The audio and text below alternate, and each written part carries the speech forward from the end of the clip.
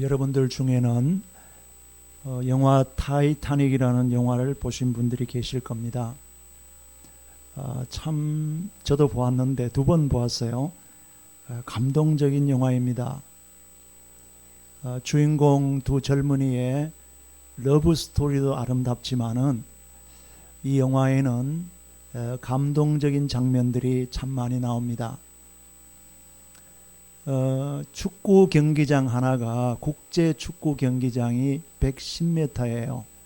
근데 이 타이타닉호의 배의 길이가 260m니까 축구장 2개보다 더 크지요. 높이가 20m나 되고 46,000톤급이 되는 어마어마한 호화 유람선이었습니다. 그런데 이 큰 호화 유람선이 빙산에 부딪히면서 침몰하게 됩니다. 느긋하게 영국에서 이제 미국으로 좋은 배를 타고 여행을 즐기던 사람들이 갑자기 배가 빙산에 부딪히면서 깨어져서 침몰하게 된다는 소식을 들으면서 모두가 넋을 잃고 어쩔 줄을 몰라 합니다. 당시에 승객이 2,200명이 타고 있었는데 구명보트는 1,178명분밖에 없었습니다. 자, 힘으로 서로 가지려고 하면 아수라장이 되고 당연히 누가 밀릴까요? 힘없는 부녀자들, 어린아이들이 다 바다에 빠질 형편입니다. 그런데 그때의 너무나 아름다운 광경이 눈앞에 나타납니다.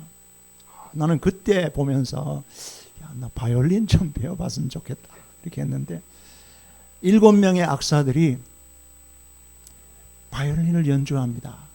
배가 막 조금씩 침몰하며 기울어지고 있는 그 타이타닉호에서 4주를 가까이 하려 하면 이 찬양을 얼마나 감동적으로 연주하는데 흥분했던 많은 승객들이 그 찬양을 들으면서 안정을 찾아요. 그러면서 서서히 이제 배는 기울어지고 물은 차오르는데 참 인상적인 것은요, 그 7명의 악사들이 배가 물에 서서히 잠기는데도 계속 연주해요. 한 점 동료도 없이 계속 연주를 하면서 4주를 가까이 하게 하면, 그러면서 이제 사람들은 안정을 찾으면서 차례차례 구명보트를 태워보냅니다. 여러분, 거기에는 내노라 하는 세계적인 명사들도 있었어요. 그렇지만 그들은 미국으로 이민을 가는 가난한 부인과 초라한 어린아이를 위해서 자기 자리를 지키고 죽어갔습니다. 어느 누구도 자기가 살겠다고 힘없는 아이들을 밀치고 보트를 탈취하지 않았습니다. 새벽 4시 10분에 이 타이타닉호는 완전히 바다에 가라앉아 버렸고, 이 차가운 밤바다에는 구명보트에 올라탄 아이들과 부녀자들만 외롭게 떠 있을 뿐, 정확히 1,513명의 남자들은 물속으로 다 사라지고 말았습니다. 자, 여러분, 어떤 사회가 사람이 살기 좋은 사회냐고 묻는다면은 저는 여러분들에게 이렇게 말씀드리고 싶어요. 노약자나 어린이나 장애인들, 즉 오늘 성경이 예수님께서 말씀하고 있는 약자, 소자들이 안전하게 대우받고 사는 그런 사회라고 말씀드리고 싶습니다. 여러분, 미국이 왜 좋은 나라입니까? 저는 세계 아무리 여러 나라를 다녀봐도 미국 같은 나라는 보지 못했습니다. 미국은 아이들과 장애인들이 법적으로 제도적으로 확실한 보호를 받는 나라입니다. 여러분, 어느 파킹랏에나 파킹랏의 가장 좋은 자리는 핸디캡 자리입니다. 이만큼 미국은 장애인들을 우대하고 있다는 증거입니다. 우리 다 지금 운전하시는데 운전에 가장 신경을 써야 될 때가 어디예요? 스쿨 존입니다. 거기서 걸리면 가차 없습니다. 여러분이 운전하시면서 노란 스쿨버스를 보시면 무조건 쓰셔야 됩니다. 벌칙금이 가장 많습니다. 왜 그렇습니까? 이건 어린아이를 특별히 철저하게 보호해 주는 나라입니다. 미국은 좋은 나라예요. 자, 그러면 여러분, 교회는 어떤 교회가 아름다운 교회일까요? 어떤 교회가 하나님께 인정받는 교회일까요? 저는 생각하기를 정말로 아름다운 교회, 하나님께 인정받는 교회는 소자에게, 작은 자에게, 약자에게 관심을 갖는 교회가 좋은 교회입니다. 저는 은퇴 후에 사역을 제가 놀고 있지 않을 겁니다. 소자를 돌보는 사역을 하려고 오랫동안 기도해 왔습니다. 소자 중에 소자는 고아입니다. 고아는 정말 불쌍합니다. 이 불쌍한 고아를 돌보는 사역에 저의 남은 힘을 쏟으려고 기도해 왔습니다. 저는 고아로 자랐기 때문에 고아의 마음을 조금 더 알고 있습니다. 여러분 잘 모르십니다. 고아이신 분들은 예외지만은 고아가 아니신 분들은 모르세요. 자기가 경험해 보지 않고 남의 말을 들어서 잘 모릅니다. 저는 제가 체험해 봤기 때문에 알고 있습니다. 저는 하나님이 참 좋습니다. 얼마나 좋은지 몰라요. 왜 그러냐 하면요, 제가 조금 철이 들면서 은혜를 깨우치면서 하나님은 고아의 아버지시라 하는 이 말씀, 시편 68편 5절에 있지요. 그 거룩한 초소에 계시는 하나님은 고아의 아버지시며 과부의 재판장이시라. 너무너무 좋았어요. 아, 하나님이 내 아버지시구나. 하나님이 나의 아버지인 것을 깨달은 다음부터 저는 외롭지 않았습니다. 든든한 능력의 아버지를 모시고 살았기 때문입니다. 저는 고아였는데도 주눅들지 않았어요. 하나님 아버지 때문이었습니다. 저는 별로 없었어요. 제가 어릴 때 자랄 때 저희 집안은 너무 가난했습니다. 아무것도 없었어도 자존심을 지킬 수 있었던 것은 하나님 아버지 때문이었습니다. 어른들은 저보고 그래요. 쟤는 청관스러워서, 저희 말이, 저희 자라던 동네 말이. 저는 남의 집에 가서, 친구들 집에 가서 밥 안 얻어 먹었어요. 밥 먹으라고 권해도 먹었습니다. 지금 배 안 고파요. 괜찮아요. 밥 안 얻어 먹었어요. 이유가 뭔지 아세요? 자존심 때문이었어요. 우리 집에 뭐 없어서 밥도 못 먹는 거 이런 거 보이기 싫었어요. 영호아, 너 밥 먹었냐? 예, 먹었습니다. 어릴 때에 은혜를 체험하고 하나님이 아버지라는 것이 너무너무 좋은 거예요. 그래서 산에 올라갔어요. 기도하면서 아무도 없는 외로운 산 속에서요. 하나님 아버지 불렀어요. 너무너무 좋은 거예요. 야, 여러분 생각해 보세요. 절이 날 때까지 부르고 싶었지만은 부를 수 없는 이름이었어요. 아버지, 언제 불러볼 수 있어요? 태어나서 한 달 만에 저희 아버지는 군대에서 세상을 떠났습니다. 그때부터 부를 수 없는 이름이 되었어요. 그런데 제가 이제 말씀드린 대로 시편 68편 5절의 말씀대로 그 거룩한 초소에 계신 하나님은 고아의 아버지시라. 과부의 재판장이시라. 여러분, 우리가 어떻게 생각합니까? 사람들은 권력을 가진 권세자들이나 돈을 많이 가진 부자들이나 공부를 많이 한 지식을 가진 사람들이 강하고 역사를 바꾸는 사람들이라고 생각합니다. 그렇지 않습니다. 감히 말씀드리지만은 그렇지 않습니다. 잘못된 생각입니다.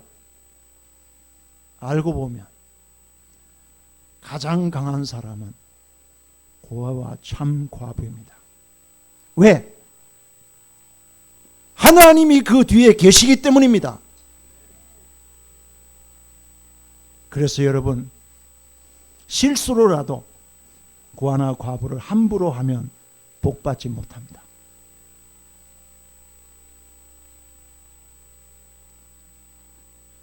고아와 참 과부는 총칼을 든 군인보다도 더 강하고 힘이 있는 것입니다. 배후에 계시는 하나님 때문이에요. 성경이 이것을 정확하게 말씀해 줬어요. 여러분 때문에 어느 역사나 나라가 고아나 과부를 어떻게 대하느냐 보면 그 나라의 장래가 보여요.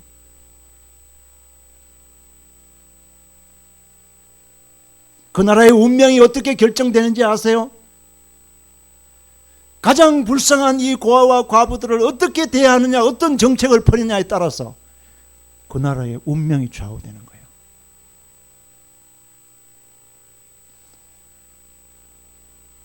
요한복음 14장 18절의 말씀 보시면 예수님께서 세상을 떠나시기 전에 이 요한복음 14장, 15장, 16장은 예수님의 고별 설교거든요.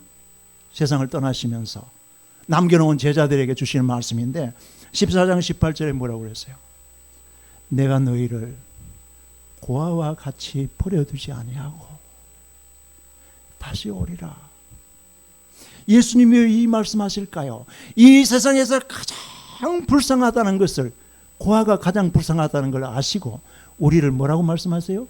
내가 너희를 고아와 같이 버려두지 아니하고.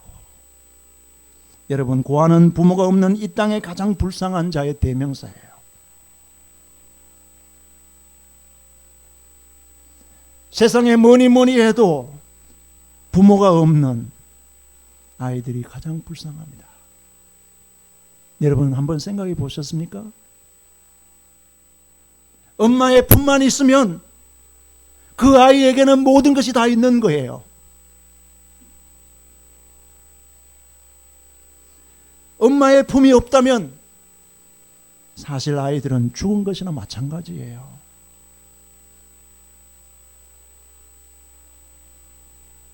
저는 3살 이후에는 엄마의 품을 품에 안겨보지 못했어요.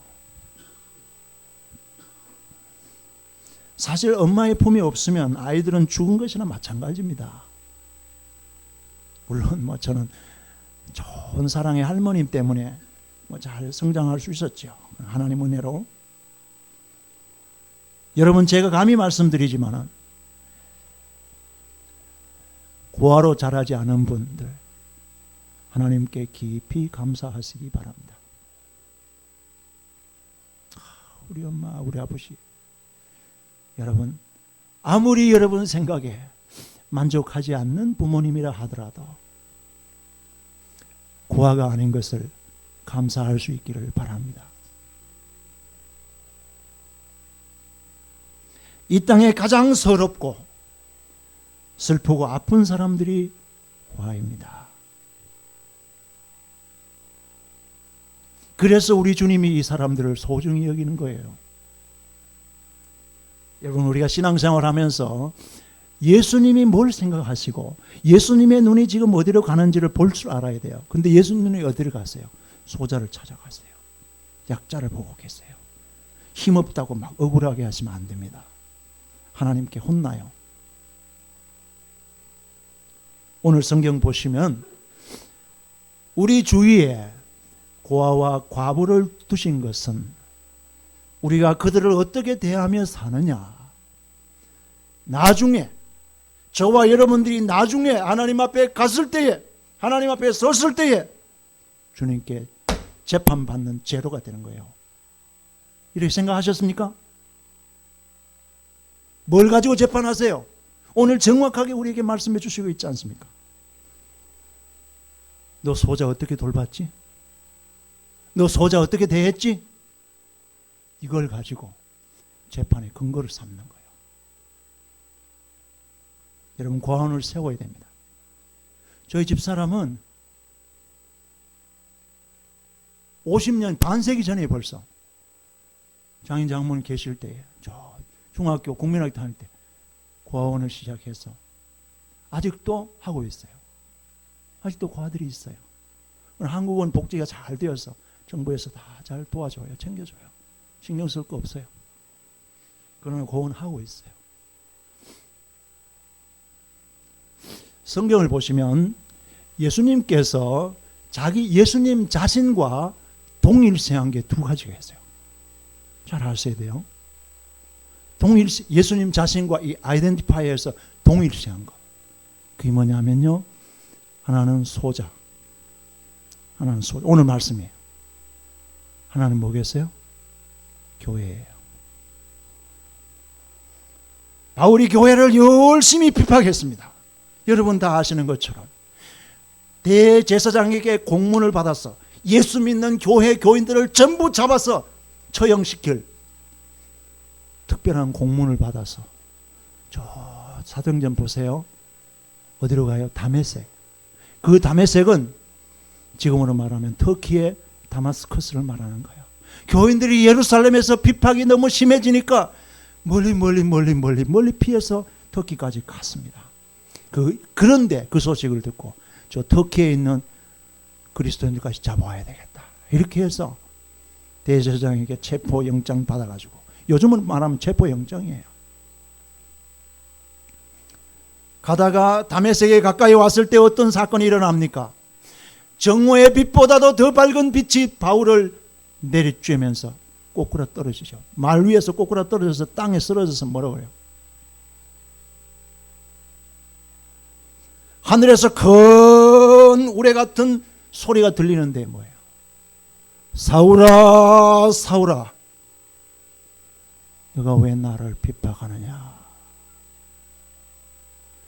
사울이 얼마나 충격이었겠습니까? 여러분 한번 상상해 보세요. 얼마나 충격이었겠어요? 하늘에서 그냥 우레 같은 소리로 여러분 소리가 들려오는데 벌써 강한 빛 때문에 눈은 멀었어요. 장님이 됐어요.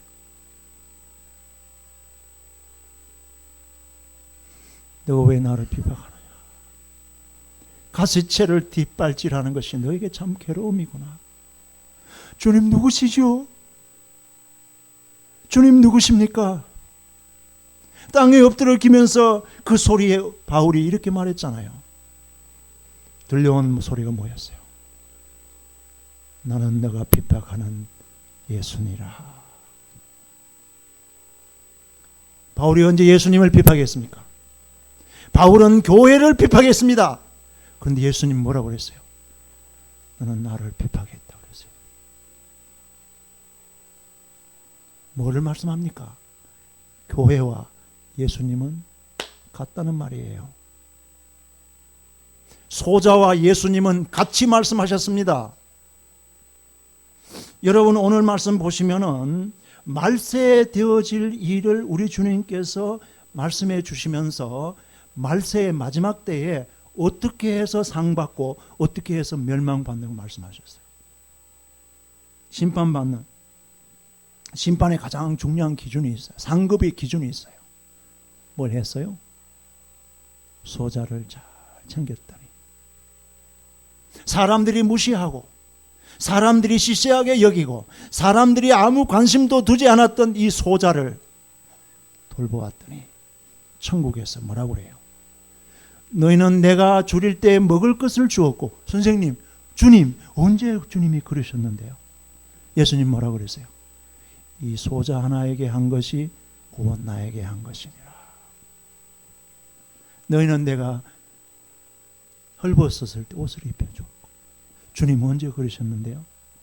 이 소자 하나에게 한 것이 곧 내게 한 것이라. 여러분, 어떻게 해야 상 받습니까? 소자를 잘 보살피면, 소자에게 마음을 쓰면, 써주면 여러분 상 받습니다. 오늘 말씀이 뭐예요? 예수님께서 마지막 때에 이 세상에 살고 간 모든 사람들을 전부 다 모아서 어떻게 해요? 둘로 딱 갈라, 두부모 자르듯이 둘로 쫙 갈라서 오른편 왼편. 오른편의 사람들은 양의 물이라고 그랬어요. 왼편의 사람들은 뭐라요? 여러분들 말씀하는 거 아니에요.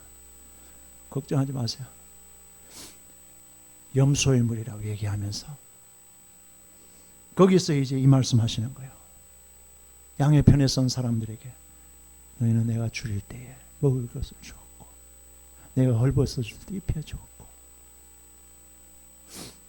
이 양의 편에 선 사람들이 하는 얘기가 뭐예요? 주님 언제 그러셨습니까? 기억도 안 나는데요. 그렇게 섬겼던 생각이 없는데요. 이 소자 하나에, 이 작은 소자 하나에게 한 것이 곧 나에게 한 것이다. 여러분, 이 소자 하나 돌보는 것은 제가 살고 여러분이 사는 거예요. 인생에 의미가 생기는 겁니다. 프랑스 사람들이 가장 존경하는 인물 중에 8년 동안 7번이나 1등을 한 사람이 있어요. 피에르 신부라는 분이에요.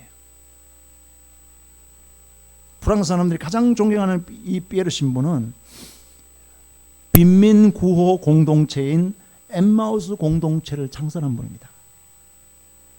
이 신부님이 쓰신 비망록 가운데에요, 단순한 기쁨이라는 책 제목으로 책이 나왔어요.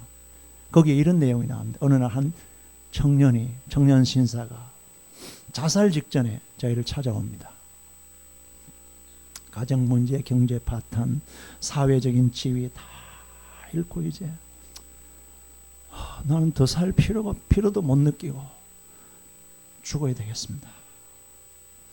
신부님이 이 이야기를 다 듣고 깊이 동정하면서 살아오는 형제요, 나도 듣고 보니 형제요, 충분히 자살할 만한 이유가 있군요.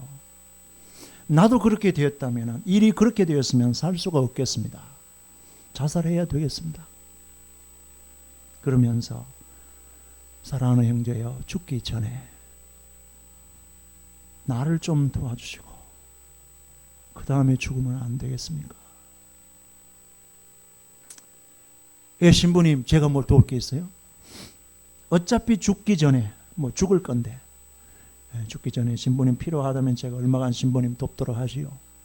이렇게 해서 이 청년이 그 피에르 신부님이 하는 집 지어주는 이 엠마우스 공동체에서 빈민 구호 사역으로 집을 짓기 시작합니다. 집 없는 사람, 불쌍한 사람들을 위해서 집을 짓는 신부님을 옆에서 돕습니다. 나중에 그가 이렇게 말합니다.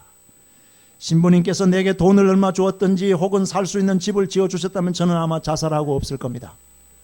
그런데 신부님은 아무것도 주지 않았습니다. 오히려 제게 도움을 요청했습니다. 그래서 신부님과 같이 어려운 사람을 섬기는 일을 하면서 나는 살아야 되는 이유를 충분히 찾았습니다. 내가 왜 살아야 되는지, 내가 여기 존재해야 되는 이유가 뭔지를 정확하게 알았고, 나는 남을 섬기면서 진정한 행복이 뭔지를 알았습니다. 여러분, 소자를 섬기는 일은 자기가 사는 일입니다. 저는 이렇게 기도했어요. 여러분들에게, 여러분 정말로 제가 이 강단이잖아요. 말씀드리지만은요, 선교 헌금하라는 부담 갖지 마세요. 나 선교 헌금 이렇게 여러분에게 부탁하려고 이런 말씀 안 드려요.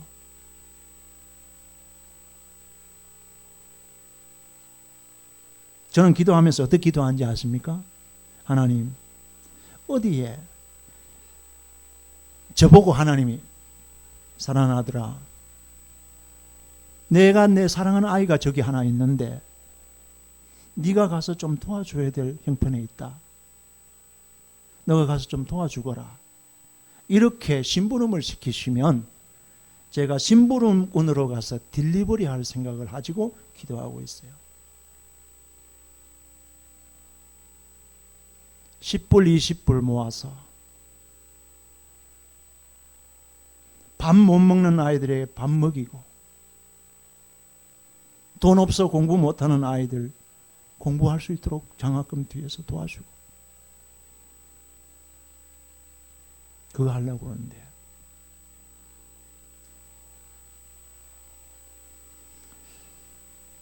상 받을 일을 알려드리는 겁니다.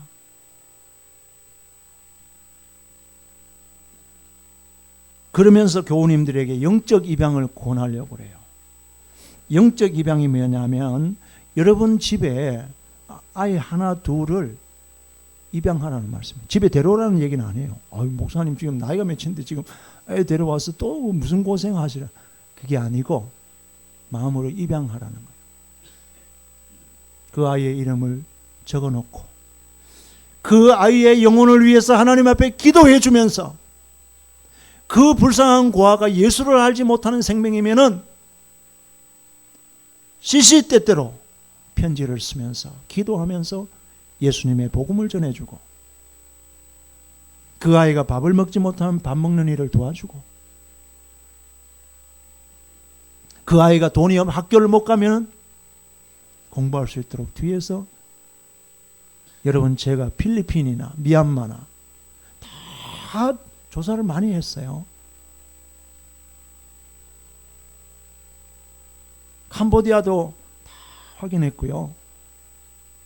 여러분이 예를 들어서 햄버거 한 개를 안 사드시고 만약에 이거를 그 고아들에게 보내면요, 한 달 살아갈 생활이 될 수도 있어요.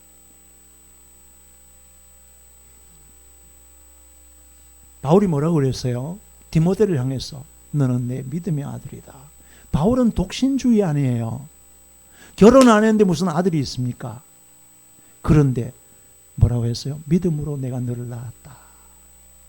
여러분, 우리 이런 믿음의 아들, 딸들을 많이 낳아야 됩니다.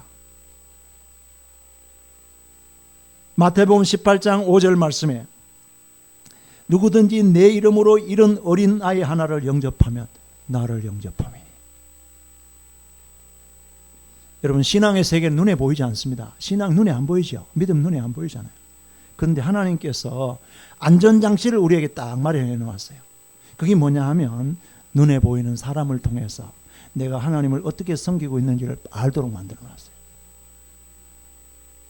여러분 눈에 옆에 보이는 형제도 사랑 안 하고, 예수님이 오늘 소자를 가리켜서 내 자신이라고 말했는 그 소자 하나에 관심이 없는데 하나님 사랑한다 기도하시는 건요, 좀 문제 있습니다. 우리 주위에는 조금만 관심을 가지면 정말 불쌍한 아이들 너무 많아요.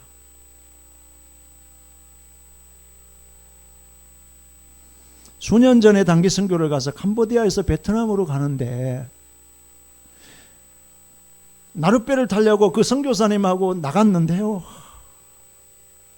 아이들이 창밖에 와서 손을 내밀면서, 손가락이 없어요. 팔이 없어요. 어깨에 손가락 2개가 딱 붙어 있어요. 월남 전쟁에 고엽제 때문에 피해를 입었던 그런 아이들이 손을 벌리며 도움을 청하는, 그걸 잊을 수가 없어요. 계속 마음속에 떠올라요. 여러분, 오늘 예수님께서 우리에게 일러주신 말씀, 마지막 때에 너가 이 작은 소자 하나에게 한 것이 곧 나에게 한 것이라 하는 말씀 기억하시면서 소자를 한번 잘 섬김으로써, 여러분, 루터가 그런 얘기를 했습니다. 우리 그리스도인을 포함 우리 모든 사람에게는 중요한 두 날이 있다고 그랬어요. 중요한 두 날. 무슨 날 같아요? 결혼하신 날. 우리에게 중요한 두 날이 있다고 그랬어요. 하나는 오늘이라는 날이고 하나는 그날입니다. 기억하십시다. 그날은 우리에게 다가오고 있습니다. 그날은 하나님의 심판대 앞에 서야 될 날일 줄을 믿습니다. 명심하십시다. 그날이 우리에게 오고 있어요. 소자 하나 잘 섬겨줌으로써 그날이 왔을 때 주님 앞에서 큰 상급 받으시는 복된 여러분 되시기를 주님의 이름으로 축원합니다. 기도하십니다. 하나님 아버지, 너무너무 감사합니다. 우리 안디옥 교회 온 성도들 한 분 한 분이 하나님을 다 자신의 아버지라고 고백하면서 부르면서 그 하나님과 함께 정말 기쁘고 즐거운 신앙생활 할 수 있게 해 주옵소서.